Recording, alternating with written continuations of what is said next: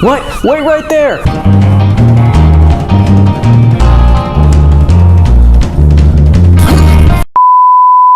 Hey guys, so yeah, Baywatch. Was it good? No. Yeah, seriously, Baywatch was, I can't even really think of what to say. I was hoping Baywatch would be a good movie that lampooned what it was about. Like how the 21, 22 Jump Street movies, roughly make fun of that genre, and the original TV show Tropic Thunder makes fun of movie making in general. And they all do it really, smart and really well. I was hoping Baywatch would be more the same. I saw the trailer, I thought like, yeah, this looks okay, it looks for a good chuckle or two. I expected, some knee slappers here and there, and I love The Rock. That man oozes charisma. Zac Efron's okay, but I was really in it for The Rock. And yeah, this had to be one of the most unfunny comedies I have seen in recent memory, maybe ever. I don't think I laughed once through the whole thing. Actually, there's a blooper reel at the very end of the film as the credits are rolling, and the bloopers themselves are funnier than the actual movie. There's just something about seeing actors like The Rock, break character and just be like a normal human being. I found that amusing. That was cool. But as for Baywatch itself, so The Rock stars as Mitch, who, I didn't know this, but David Hasselhoff's character in the original series is also named Mitch Buchanan, I believe. But yeah, The Rock plays Mitch Buchanan. Zac Efron plays some douchebag Olympic guy who was shunned from his team because he accidentally threw open a pool, spoilers. So he needs to try to get back, pull his bootstraps up and get back on his feet and reform his life. So he joins this team of lifeguards for whatever reason, to prove himself. And there's some trials and tribulations of him joining the team. The Rock doesn't like him at first because he sees him as like some kind of, bad influence to everybody. And The Rock is like the father figure to this group, as he should be. And then you got like the hot chicks on the side who are pretty one note, but I think maybe those girls are probably my favorite part. And then you got the nerdy guy who is in love with the hot blonde, but he just is too afraid to say it. And then he gets his dick stuck in a chair. Yeah, that really happens. And it's just as unfunny as my delivery for that was. The whole film is just a series of setups for jokes.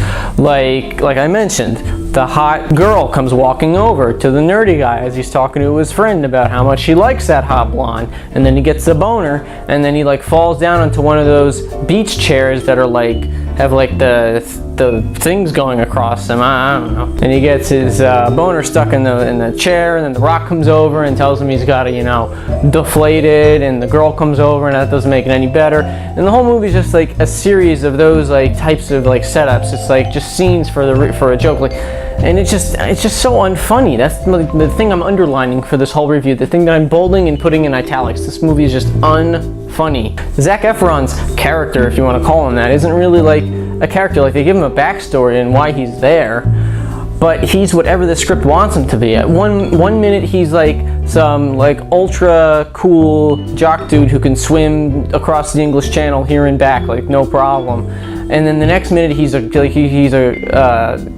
idiot. He doesn't know who J. Edgar Hoover is. And then the minute after that, he's a cross-dresser who's sneaking in through enemy lines. He's literally all right, we need someone to cross-dress in this scene, let's get Zac Efron. All right, we need someone to be as dumb as a rock in this scene, we'll have Zac Efron. All right, we need someone to do a triathlon and be like the Bionic Man, we'll have Zac Efron do that. It was just lazy. There is a plot with this town senator and a mayor or some crap, and they're smuggling drugs, and of course the Baywatch lifeguards have to stop them, but they're conflicting with the cops. The cops are oh no, this is our business, we should do this, and the Baywatch people are yeah, but we protect these people. So it's I understand that, and they kind of poke fun at the show oh man, we're only lifeguards, why are we doing this? And yeah, listen, I would have appreciated the movie poking fun at itself and the self-deprecating humor if the rest of it was actually funny and interesting. And also what was really bad about this was the terrible CGI, and oof. There's a scene maybe about a quarter midway through the movie where The Rock and Zac Efron have to go save people in a burning yacht. So they take their, what the hell is it?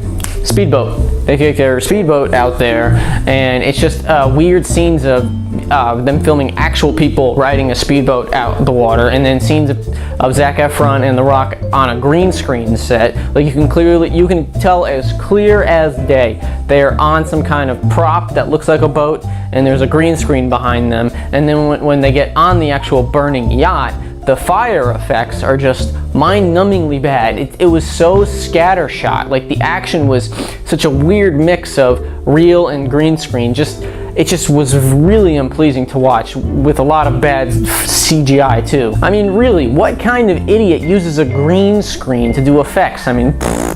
But yeah, like I said earlier, I really came into the movie just to see The Rock because I'm a big fan of his, and to me, he's really good in pretty much every role he's ever been in. Even when the movies are bad, like Doom, I still thought he did a good job. Or like the second G.I. Joe movie, I still thought he did a good job. He's good at playing a straight man. He's a funny guy. He can be like a father figure. He can be the tooth fairy. So I thought, like, no matter what he does, he'll still be good in this. But this was probably the first movie where I didn't really like The Rock in it. Every line delivery that he had was just flat. I guess that falls under the director. Like, I'll give you an example of bad line delivery, and this wasn't from The Rock, but this was from Zac Efron, not knowing who J. Edgar Hoover is. There's a part where they're all around the campfire trying to discuss what to do to the bad guys, like should they sneak into the lair and steal the drugs or whatever, trying to figure out the problem for the climax of the movie. So they're all around this campfire, and the nerdy fat kid mentions J. Edgar Hoover, and Zac Efron goes, the vacuum cleaner guy. No, that just wasn't funny, just like a statement like that. The vacuum cleaner guy. Nah, I personally would have liked it if he posed it as a question.